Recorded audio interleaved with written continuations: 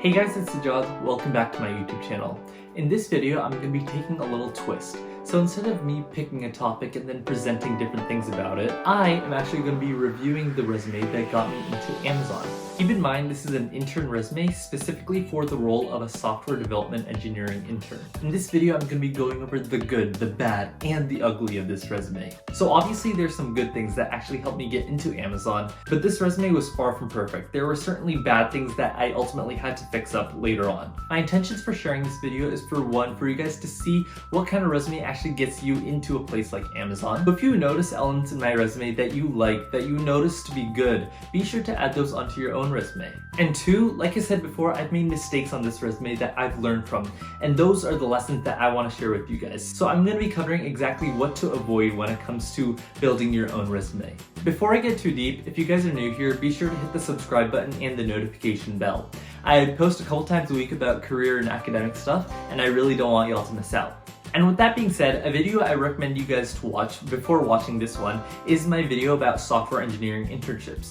In that video, I cover a couple general tips and tricks when it comes to your resume, so be sure to check that out. So without further ado, let's get started. So taking a look at my resume, the beginning part. This part I really like. I made my name clearly centered and bold. I have not one, but 2 points of contact, my email and my phone number. I added my LinkedIn as well as my GitHub. Also, I made it clear that I'm a US citizen. Now, this is very important, especially if your name isn't traditionally American like mine is. With the whole issue of company sponsorships, obviously no recruiter wants to assume anything, so it's very important to make your citizenship status very nice and clear. Also, you'll notice I don't have an about section, and the reason being that is you don't really need one. As a software engineer, they know exactly what position you're seeking, and they know your qualifications based off of your experiences and skills. And if they really do want to find out more, they can just hop onto my LinkedIn and read my about section right there. They don't really need anything else. Now moving on to the education section. Now I really like how I had this at the top of my resume. This really helped me out in career fairs when I was handing my resume to recruiters. They could immediately see my degree as well as my graduation date, the two most important things that they look for. Typically, you should put your GPA on your resume, but I at the time was a first semester freshman, so I actually didn't have a college GPA. Overall, it didn't matter too much, but ultimately at the end of the first semester, once I got my GPA, I slapped it onto my resume. In this section, I made it clear what my concentrations were, so that recruiters would know exactly where I'm coming from within computer science. I also added my computer science related coursework. Now, one of the most glaring issues I have with this section is that there is way too much white space. The thing about this is, overall white space is a good thing. It's important in some places, and it serves as breakpoints for whoever's reading your resume. But the thing is, too much white space actually gives off the notion that you are lacking in certain areas. In this case, it would have been nice to fill up that line with the coursework, but coming in as a first semester freshman, I didn't really have many courses, so there wasn't really much I could add. Now moving on to the experiences section. Now here I listed my previous internship from the summer of 2019, as well as the tutoring business I was running prior to that. And here is the ugly. With my first internship, the place I interned at was Howard Hughes Medical Institute. But the thing is, on my resume, I actually wrote Hughes Howard Medical Institute. You see the problem right there?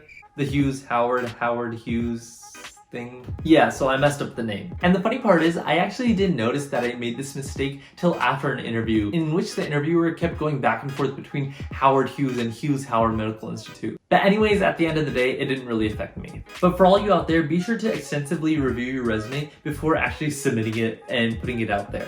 I was actually lucky with Amazon because on their job portal, you're actually allowed to submit updated resumes. So ultimately, after fixing that thing in my resume, I just resubmitted it after a couple of days. But overall, with this experience itself, the description you can see is nice and specific. It's clear exactly what I'm doing and what tools I am using, specifically Python and MATLAB, as well as important figures like 92.7% accuracy. These things are important. Now moving on to the next experience. Now coming into college, I actually didn't have too many computer science related experiences, which is why I actually mentioned that I did tutoring as to fill up some sort of experience. If I had other technical experiences, I definitely would have added those over this whole tutoring thing. But it did make for some good talking points when it came to interviews. which was a bonus. Now, sitting where I am now, after a whole year has passed by, after completing another computer science internship, after doing computer science research, this tutoring thing has been replaced. It's gone. But still, some quick notes on this section is I have key numbers written out, which is good. It's very succinct and understandable. The one bad thing about this is, however, these sentences, they're very, very short. And what this caused is there's this ugly white space that's right next to these sentences. So if I were to redo this resume, I would have tried to make these sentences longer and take out that white space. And so far, if you're enjoying this video, if you're finding value, be sure to hit that like button and comment down below. What is your funniest resume fail? Have you guys ever misspelled a company name before? Now moving on to the project section. Now this section I actually really like. I mentioned exactly what I did, and I'm able to get specific without having to use too many words. Within 2 bullet points, I'm able to convey the fact that I use neural networks and different machine learning models to predict stock price trends. The name of this project itself is very telling, and once again, I have a very precise number to sort of quantify this experience. And whenever I mention this project to a recruiter and I actually talk about the number, I talk about how I had a 90.07% accuracy, I get all the oohs and the ahs from the recruiter. Now moving on to the activities and leadership section. This section overall is very solid, I'd say. I mentioned key technologies I used in my activities like HTML, CSS, JavaScript, NumPy, and as the leader of a club, I mentioned the responsibilities I had as well as how many people I led. I make it clear that I was a leader of 100 plus members, which is really impressive when talking to a recruiter or mentioning it in an interview. Now going to the skills section. This is definitely one of the biggest areas I cleaned up as I've been updating my resume. So obviously the first bullet point, programming languages, that's cool. One bad thing is I mentioned that I know basic R. Honestly, R isn't too relevant of a language for my domain, and it's really bad that I had a quantifier. Like I said in one of my previous videos, you either know it or you don't. You either know it or you don't. You shouldn't have quantifiers. They really don't help. They in fact hurt you in the eyes of recruiters. I also have a technical programmatic bullet point, and the main reason I put this was because I hadn't taken the data structures and algorithms course yet, so I couldn't add it to my coursework, but I still wanted it somewhere on my resume. But ultimately, once I took it later on in the spring, it was an easy fix to my resume. And that bullet point just got deleted. Platforms like Linux and Mac OS are somewhat important for my role, but that I honestly could have meshed with other skills, say like AWS. Once again, it's important to avoid these short lines with a lot of white space. So if I meshed it with other skills, that would have extended the line out and that white space could have been avoided. This honors line I have is absolutely useless and actually kind of bad because it has high school accomplishments. And as a college student trying to seek college level internships, you want to try to alienate yourself as much as possible from high school because high school carries a notion of inexperience and lack of knowledge, and you really don't want that. Languages, they aren't really that important, but if you have an extra line that you need to add to your resume, go ahead and add it. Doesn't really hurt, doesn't really help, you can just add it if you want. This interest line isn't really that useful.